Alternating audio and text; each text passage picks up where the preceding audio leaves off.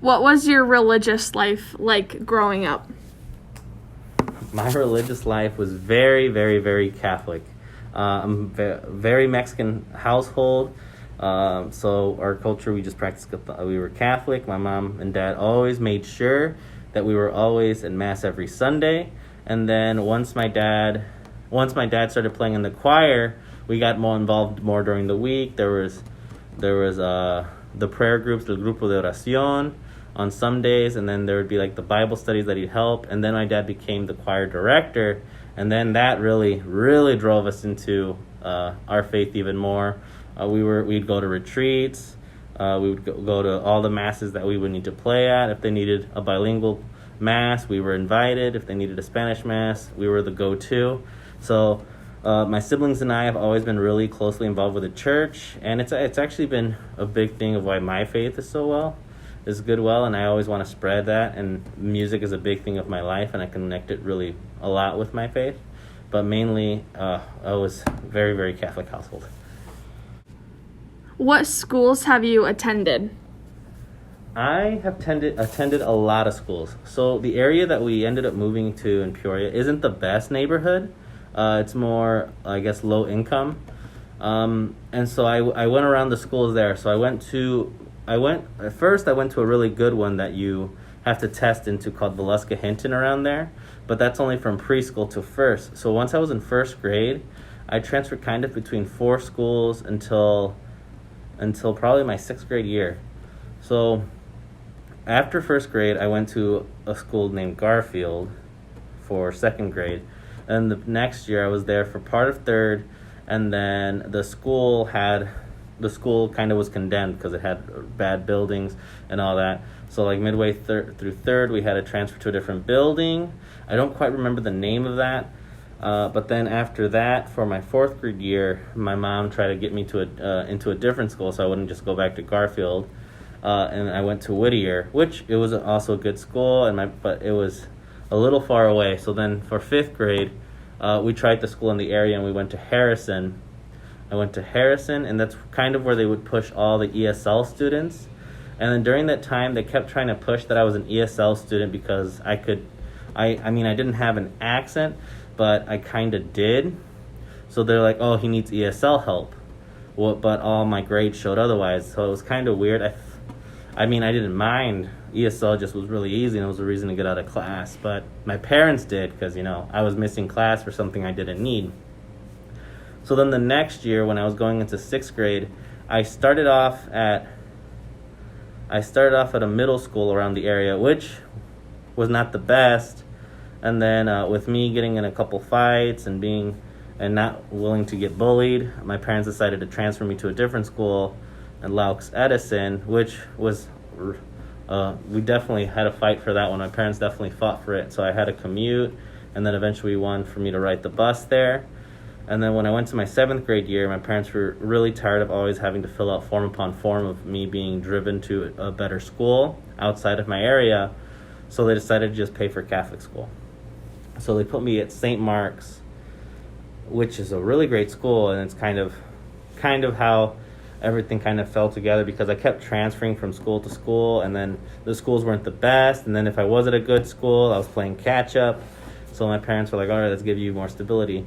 So when they put me into Catholic school, I had to play a lot of catch up. I was really behind. I knew enough, I could get by. But like when it came to like math and when it came to science, I was behind. I had no idea what was going on. And I was generally pretty good at those subjects. Whenever I was like in the other schools, I was always amazing at it. And I caught on quickly, but it was definitely a lot of suffering like my first 2 months there. And then I just continued through Catholic school. I finished middle school at St. Mark's. And then for high school, my parents we're going to send you to the Catholic high school. And they sent me to Peoria Notre Dame. And then through Peoria Notre Dame, I feel like I've learned everything that I needed to know to go to college because it was a college prep school and one of the best schools in the area. And definitely really helped to make friends and to like develop in my faith. Because it was a weird change to go from public schools all the time where just a mixture of different students to finally going to a Catholic school where everyone else kind of has the same faith as me. it wasn't as diverse. Like all my schools growing up, I had black, white, Asian kids always growing up with me. When I went to Catholic school, it kind of just like shifted to like white only, and then black and Mexicans here and there. I was actually me and my siblings were the first Mexican family in my school, and when I went back to it the other day, they have like half the school population now Hispanic, which is really cool. Where have you lived? Well, my family, we come from California. So we lived in California just for a brief moment after I was born. They went back, and then my mom had family that was in Peoria still. And then my mom really liked Peoria compared to the big city, because in Mexico, she grew up out kind of in the boonies, out in the country, kind of in the mountains. So Peoria was a better fit for her because there was like enough space and you weren't all cramped together. And then it was a lot cheaper. California is really, really expensive. So we moved down there, and then pretty much my whole life we've lived there. How diverse have the neighborhoods been? Well, my neighborhood is predominantly black and Hispanic, mainly black in the area I'm at. But I've seen like pockets of Mexicans growing even more and more Hispanics, and then we have pockets of like white as well, and other pockets, but like the main one is that. So it's been a pretty diverse area growing up, and then the schools were diverse too. Of all the things you learned from your parents, which do you feel was the most valuable? I guess the main one would be just to live every day, I guess, the best way you can, and then to never judge a book by its cover, kind of.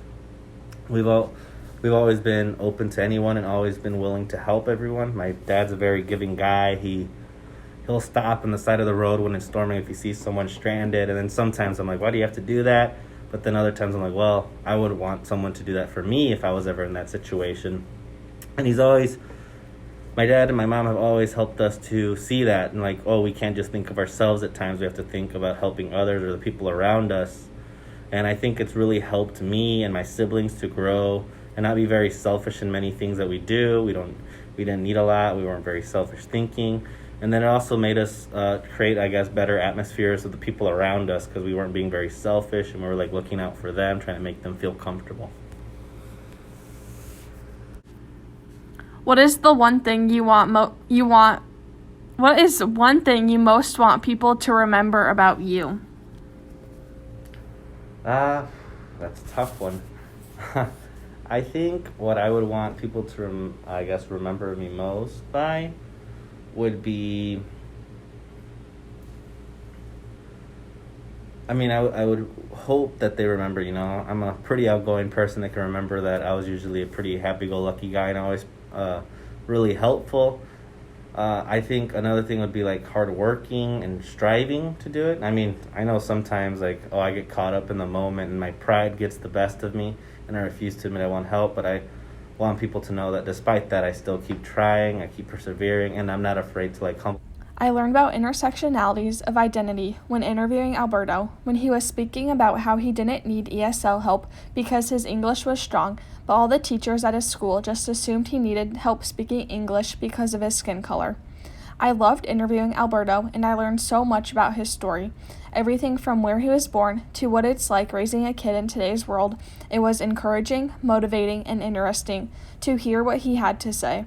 I encourage you to reflect after listening to this presentation about how you, as a future educator or educator right now, can positively impact all students, no matter where they come from, their abilities, or skin color.